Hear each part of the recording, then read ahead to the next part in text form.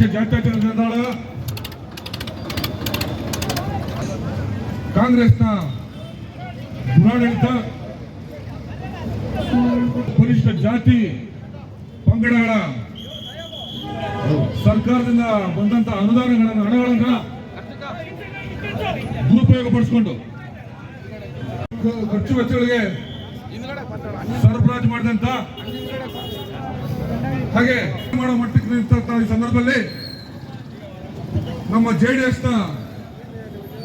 ರಾಜ್ಯ ಘಟಕದ ಯುವ ಅಧ್ಯಕ್ಷರಾದಂತ ಸನ್ಮಾನ್ಯ ರಾಜ್ಯದಲ್ಲಿ ಜೆಡಿಎಸ್ ಪಕ್ಷದ ರಾಜ್ಯಾದ್ಯಂತ ಪ್ರತಿ ಜಿಲ್ಲಾ ಕೇಂದ್ರದಲ್ಲಿ ಬಸ್ ಸ್ಟ್ಯಾಂಡ್ ವೃತ್ತದಲ್ಲಿ ಇವತ್ತು ದಿವಸ ಸೇರಿದ್ದೇವೆ. ಬಂದಂತ ಎಲ್ಲ ಗೌರವಿತ ಮುಖಂಡರಿಗೆ ಸ್ವಾಗತ ವಹಿಸ್ತಾ ಏನು ಈ ಸಮಯದಲ್ಲಿ ಹೋರಾಟಕ್ಕೆ ಕೈ ಮಾಡಿದರೆ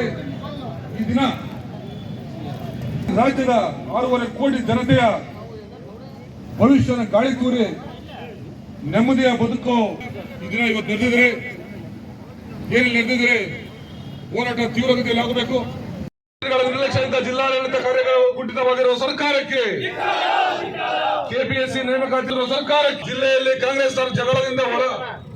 ಶಾಸಕರ ಜಗಳದಿಂದ ಯಾವುದೇ ಇದುವರೆಗೂ ರಾಜ್ಯ ಬಜೆಟ್ ಅಲ್ಲಿ ಕೋಲಾರಕ್ಕೆ ಯಾವುದೇ ಯೋಜನೆಗಳನ್ನು ನಿಗದಿಪಡಿಸಿದ ಹಣವನ್ನು ದುರುಪಯೋಗಪಡಿಸುತ್ತಿರುವ ಸರ್ಕಾರಕ್ಕೆ,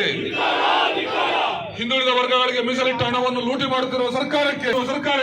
ವಸ್ತುಗಳ ಬೆಲೆ ಏರಿಸಿರುವ ಸರ್ಕಾರಕ್ಕೆ, ಪಡಿತರ ಚೀಟಿದಾರರಿಗೆ ಸರಿಯಾಗಿ ಆಹಾರ ವಿದ್ಯಾರ್ಥಿ ಪರಗಳನ್ನು